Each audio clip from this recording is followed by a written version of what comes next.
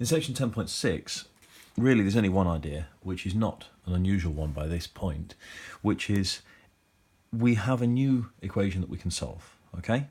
And the equations that we can solve are like section 10.4 equations: sine theta equals a number, cos theta equals a number, or tan theta equals a number. So what they're going to do, of course, is they're going to give us equations which don't look like that, but which we can simplify and turn into those equations. One way of doing that we've seen in section 10.5. The other way of doing that is like this. They give us an equation that looks nasty, and we have to simplify it. So the first example they've given us is this.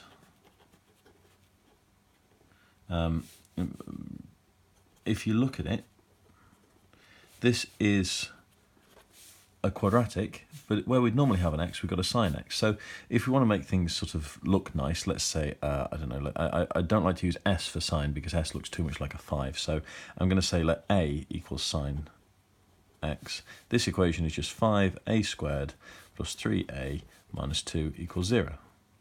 So I can solve that equation, and I can come out with, well, they do it for us in the book, it will factorise to 5a minus 2 times a plus 1. So in other words, a equals 2/5, or a equals minus 1. And from there, I say, well, actually, it wasn't an a, it was a sine x. So sine x equals 2/5, sine x equals minus 1 in the interval, whatever it is that they specify in the question. So that in this particular one, they didn't specify because it's just an example. So that's the first thing we can do. The next thing we can do, well, there isn't really a next thing we can do. The rest of them just look the same. So if you look in example 16, I've got an example where I've got a quadratic in cos instead of in a variable. So 2 cos theta, cos squared theta minus cos theta minus 1 equals 0. So let's in this case, let's say c equals cos theta. Then I get 2c squared minus c minus 1 equals 0. Solve it to find c, and you're going to get 2 solutions for c, and that's going to be cos theta equals this, or cos theta equals that, and that's a section 10.4 question, and you can go back to there. It goes without saying at this point that if you haven't thoroughly absorbed the technique from section 10.4, then you need to go back there. You can't solve any trig equations without that technique. So sine of theta minus 30, sine squared of theta minus 30 equals a half. This is again a quadratic, so we just need to make sure that we've got sine theta minus 30 equals a half, and sine theta minus 30 equals minus a half, and then solve both of those two equations, and they're section 10.5 kind of equations. All right. So any question they can give us where they're solving an equation, they can make it a harder equation and expect us to simplify down. The last example they use is one where we've got 2 cos squared x plus 9 sine x equals 3 sine squared x.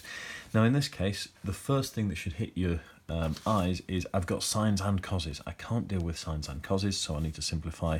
And you know that cos squared plus sine squared equals 1. Well, I've got mostly sines and I've just got a bit of a cos here. So it would be nice if I can find a way of converting the cos squared into sine squares, and indeed I can.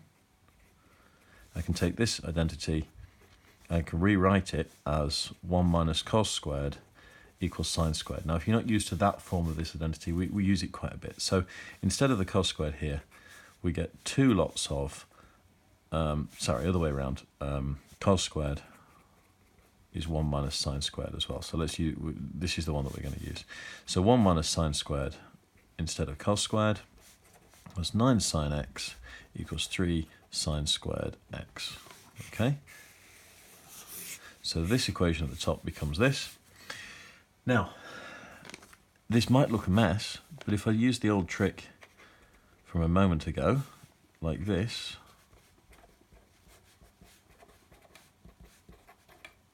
hopefully we can see this is just a quadratic.